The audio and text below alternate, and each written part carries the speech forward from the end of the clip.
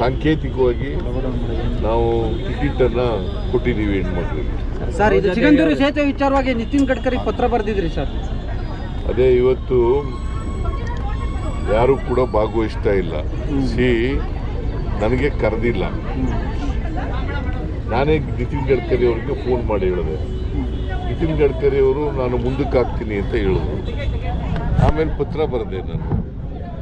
ಆದರೆ ಇಲ್ಲಿ ಭಾರತೀಯ ಜನತಾ ಪಕ್ಷದ ಲೀಡರ್ಗಳು ಬಹುಶಃ ಪ್ರೆಷರ್ ಹಾಕಿರ್ಬೋದು ಅಂತ ಅನಿಸುತ್ತೆ.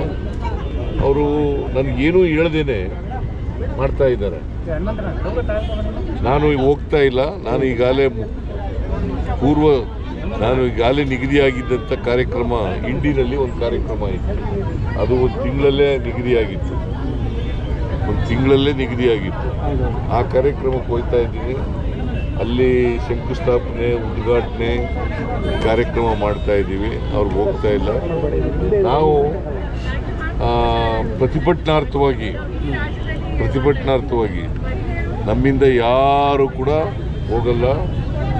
PWD ಮಿನಿಸ್ಟ್ರು ಹೋಗಲ್ಲ, ಡಿಸ್ಟ್ರಿಕ್ಟ್ ಇನ್ಚಾರ್ಜ್ ಮಿನಿಸ್ಟ್ರು ಹೋಗಲ್ಲ, ಅಲ್ಲಿ ಸಾಗರದ MLA ಅವರು ಕೂಡ ಹೋಗಲ್ಲ. ಕೇಂದ್ರ ಮತ್ತು ರಾಜ್ಯ ಸರ್ಕಾರದ ನಡುವೆ ಇದೊಂದು ರೀತಿ ತಿಕ್ಕಾಟ ಶುರುವಾಗಲ್ವಾ ಸರ್? ಈ ರೀತಿ ಬೆಳವಣಿಗೆ ಇದೊಂದು ತಿಕ್ಕಾಟ ಕರಿಬೇಕಲ್ವ? ಅವರು ತಿಕ್ಕಾಟ ಪ್ರಾರಂಭ ಮಾಡಿರೋರು ಯಾರು? ತಿಕ್ಕಾಟ ಪ್ರಾರಂಭ ಮಾಡಿರೋರು ಅವರೇನೆ. ಶಿಷ್ಟಾಚಾರ ಪಾಲನೆ ಮಾಡಬೇಕಲ್ವ? ನಮ್ಮ ರಾಜ್ಯದಲ್ಲಿ ನಡೀತಾ ಇರ್ತಕ್ಕಂಥದ್ದು ಒಕ್ಕೂಟದ ವ್ಯವಸ್ಥೆಯಲ್ಲಿ ನಾವಿದ್ದೀವಿ.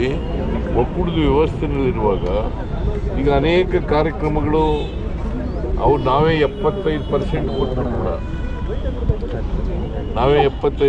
ಅವ್ರು ಕರೆದೇ ಮಾಡ್ತೀವಿ. ನಾವು ರೈಲ್ವೆನಲ್ಲಿ ಜಾಗ ನಾವು ಕೊಡ್ತೀವಿ, ಅರ್ಧ 50% ನಾವು ಕೊಡ್ತೀವಿ. ಆದರೂ ಅವ್ರು ಕರೆದೇ ಮಾಡ್ತೀವಿ ನಾವು.